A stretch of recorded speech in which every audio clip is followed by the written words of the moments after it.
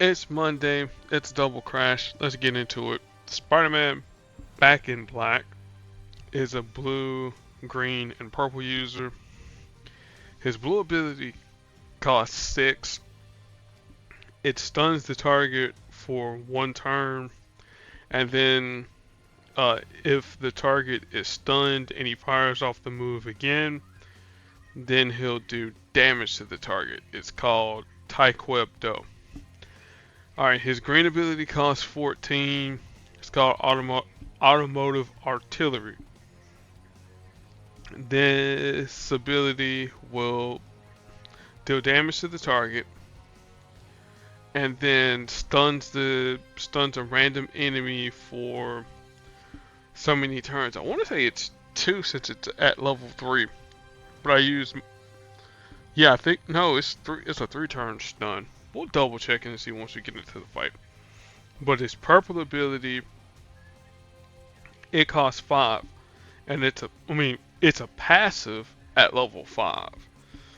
But what the abilities does is twofold. One, if there are any strike tiles on the board, Spider-Man pretty much makes them um one damage. So if someone like Rocket and Groot had some pretty strong strike tiles, they would effectively be 1 extra point of damage.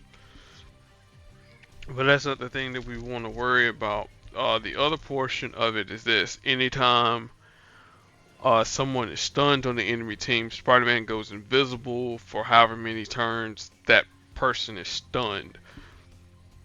And so his green ability will stun and he'll go invisible. His blue ability stuns and sends somebody invisible as well. As far as his affiliations goes, should be Heroes, should be Avengers, Spider-Verse, Enhanced, Street Level. We'll look at it real quick because this is gonna bug me about his purple. His not his purple, but his green ability. Yeah, 3 turns, and then at higher levels, it's a longer stun and more damage. And then, like I said, Shadowy Acrobatics. Is that there's the 100% less damage to us, and then Taekwondo, like I said, deals damage to the target, stuns the target, and then deals damage. But again, or I should say when Spider-Man is invisible. Yeah, there we go. And then affiliations, Hero, Spider-Verse, Team Iron Man, Enhanced, Geniuses. Okay, so this version here isn't an Avenger, but glad we cleared it up though.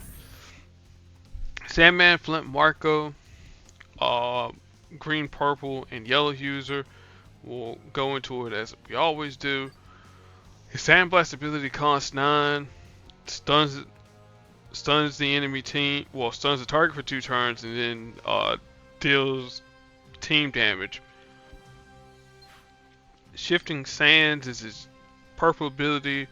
Swaps random, non-basic yellow tiles, converting so many of them to yellow. And then Sand Smash is his yellow ability, which costs 10. Creates some projectiles on the board, and then if there's at least 7 more projectiles, then you remove all of them, and then you deal damage. Again, at higher levels, more projectiles, so you can easily get to the threshold. His affiliations, for those that care: Villain, Sinister Six, Enhance. So the idea here with Sandman, it's twofold. One, get as much green as we possibly can, so that we can, stun, deal damage to Spider-Man ASAP. The purple will be good to convert, some yellow tiles on the board so that we can add protect tiles. That'll help us out as far as damage mitigation goes. And then if we happen to get enough yellow on the board. I mean, enough projectiles on the board to where we can use Sand Smash. I mean, we could do it, but that's going to require us to get 20 yellow AP, and I don't expect us to get 20. Um, so the strategy against Spider-Man, or is a what we got to do against Spider-Man is this here: deny him green, because again, that stun's gonna be blah, and then well, blue we're not gonna really worry about denying blue, because well, it's at least a one-turn stun, so.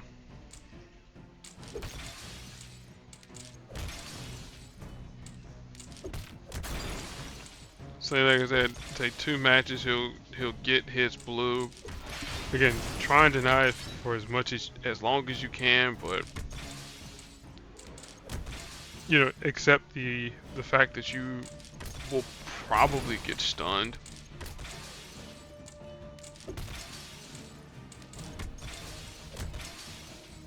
Alright, there's Sand Blast.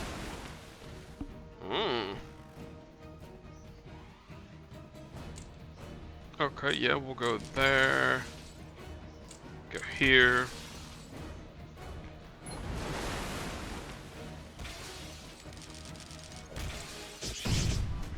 Cool, cool, cool. Mitigate some damage. Probably should have went there.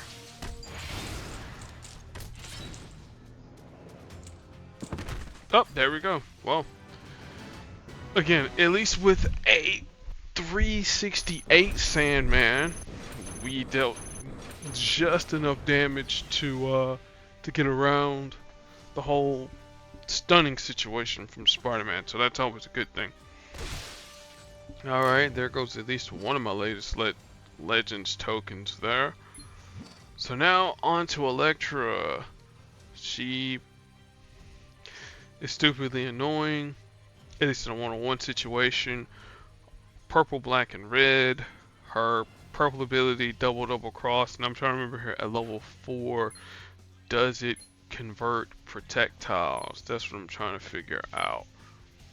We'll go through and find out, because don't need to do any guesswork.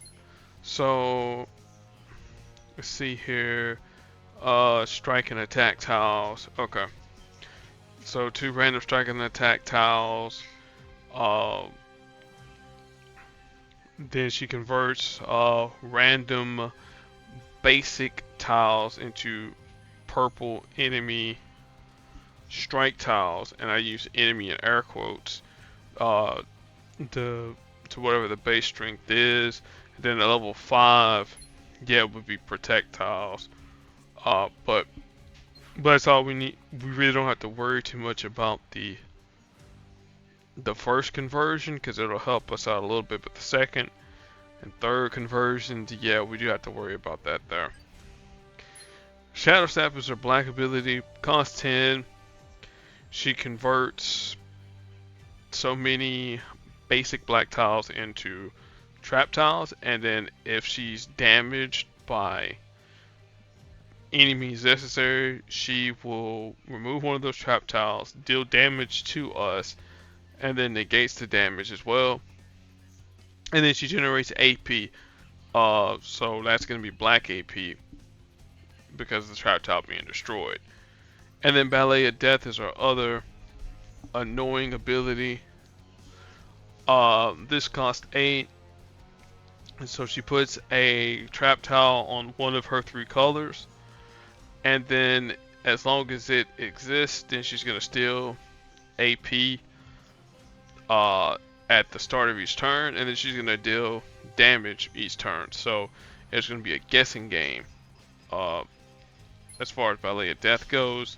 Her affiliations, for those that care: Heroes, Team Cap, The Hand, A-Force, and Street Level.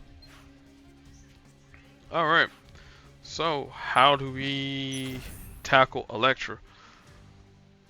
We want to deny black, and we want to deny red because again, we don't want to play that guessing game with Elektra about where in the world her trap tiles are at.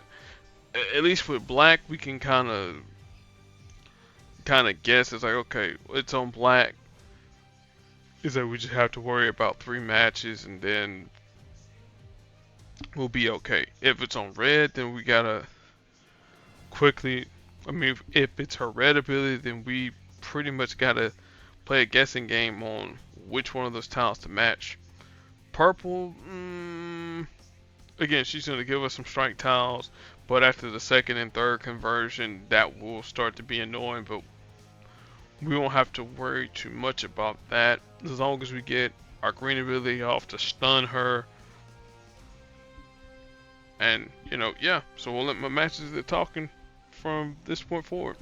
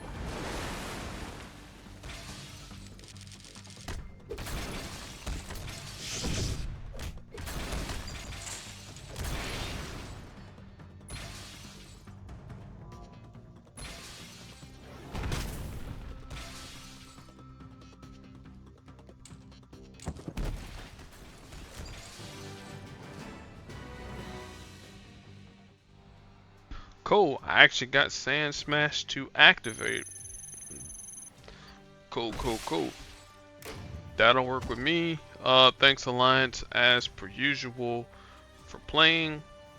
And again, that's my grip of legendary tokens there. So I got one more Legends token, and then onward to my my actual 10-year anniversary. Because again, Double Dinosaur starts it off, and then I'll look online on the Marvel Puzzle Quest wiki to see what all goodies I get. And I can't believe it'll be 10 years for that. As far as Sandman, pairing him up with folks, hey, Polaris is always a good option. Like, it'll make your yellow a whole lot easier to activate with her. Beta Ray Bill, obviously, though you probably have a much better green with Beta Ray Bill than you do with Sandman. You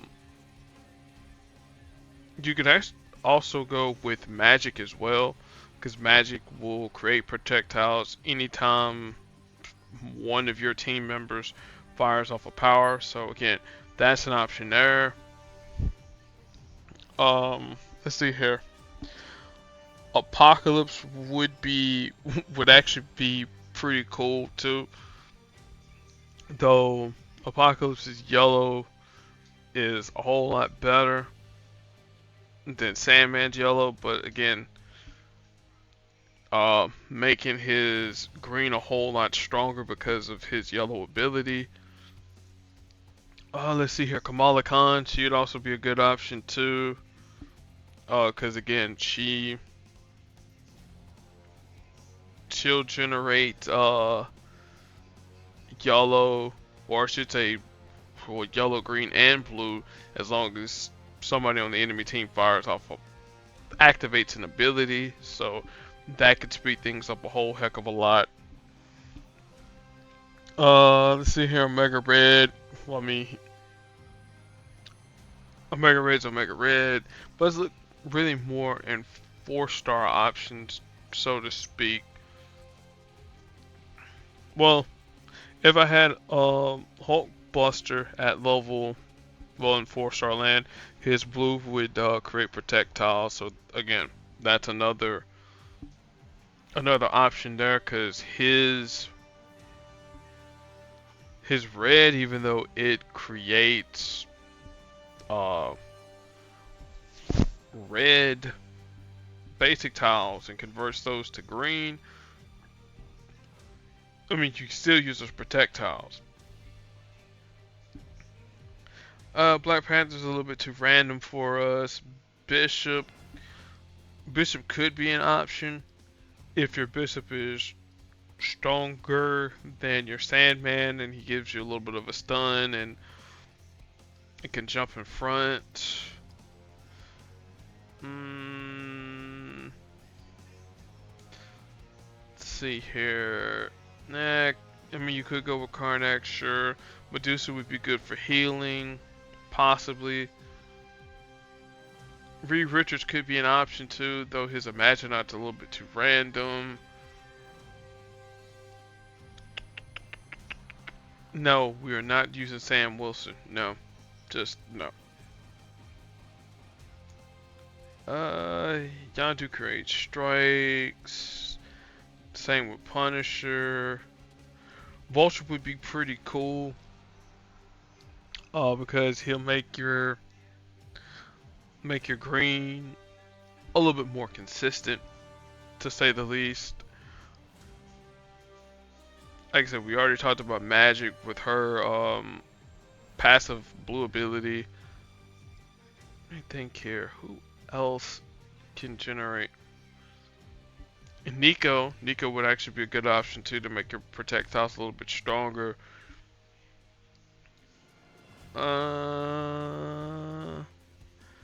Dark Beast could be an option too, because anytime your special tiles get matched away, he creates more projectiles, so that's always an option there too. Carolina Dean, because once she goes airborne with her blue ability, she'll create projectiles. And maybe also Bloodstone if if you have way too much black on the board with her passive ability to create some yellow. That's an option there too. I don't know, you could go with Mantis, but are you trying to flood the board with projectiles more than anything? Kate Pride, thought about her. She's actually a solid option too. It's like if you have her, Polaris, and Sandman, you got enough projectiles on the board. With her repeater tile on the board, you can get some insane damages. Silk is another option too if you needed more projectiles with her blue ability. And yeah, that's really all I could think of for the time being. Because once I go lower, it's not really characters in 4-star land. Moon Dragon could be an option too, her and Cosmo, but now I'm just rambling now. So the next crash, at least as of next Monday, will be with Jane Foster Thor, goddess of thunder. So we'll be using my lower leveled Jane Foster to knock out the crash. And I'm trying to see here, is there anything else? I mean, there is one other thing that we do have to talk about, and that's going to be the new characters who are getting ascended. So by the time you guys watch this video here, at least Venom, the 1-star Venom will be ascendable. Some other folks in 2-star land will be ascendable. Some other folks in 3-star land, etc., will be ascendable. So you know, up there it is. Say I I hyped it up, and there we go. So we'll talk about it real quick. Champions 2.0 Vault is now open. Play with one of the the 2.0 champions, and you'll get a token, and then it ends on the 28th. So Venom, Ares, Human Torch, Spider-Man, Bagman, uh, Arcade, Blade, Doctor Doom, Doc Ock, Hitmonkey, Human Torch, Jeffrey, Miles Morales, Punisher, Spider-Gwen, Classic Spider-Man, Spider-Rex, Squirrel Girl, the Hood, the Hunter, Classic Vulture, Anti-Venom, Black Cat, Blade, Carnage, Deathlock, Double Dinosaur, Doc Ock, No Way Home, Howard the Duck, both versions of Human Torch, Annihilus and Jim Hammond, Kingpin, Sergei Kravinoff, Craven Hunter,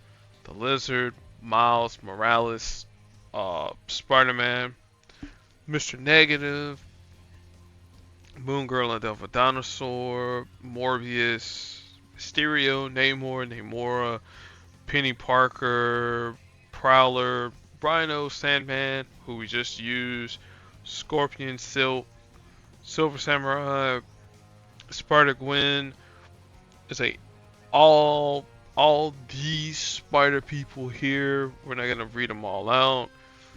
Punisher Max, both versions of Venom, Eddie Brock, and Agent Venom, and then classic, well, MCU Adrian Toomes. So no, I'm not paying $30. Let's see here. Did it restart? Or the Champions 2.0 Vault? Is it up? No. So it'll be up once I restart the game. But anyway, yeah.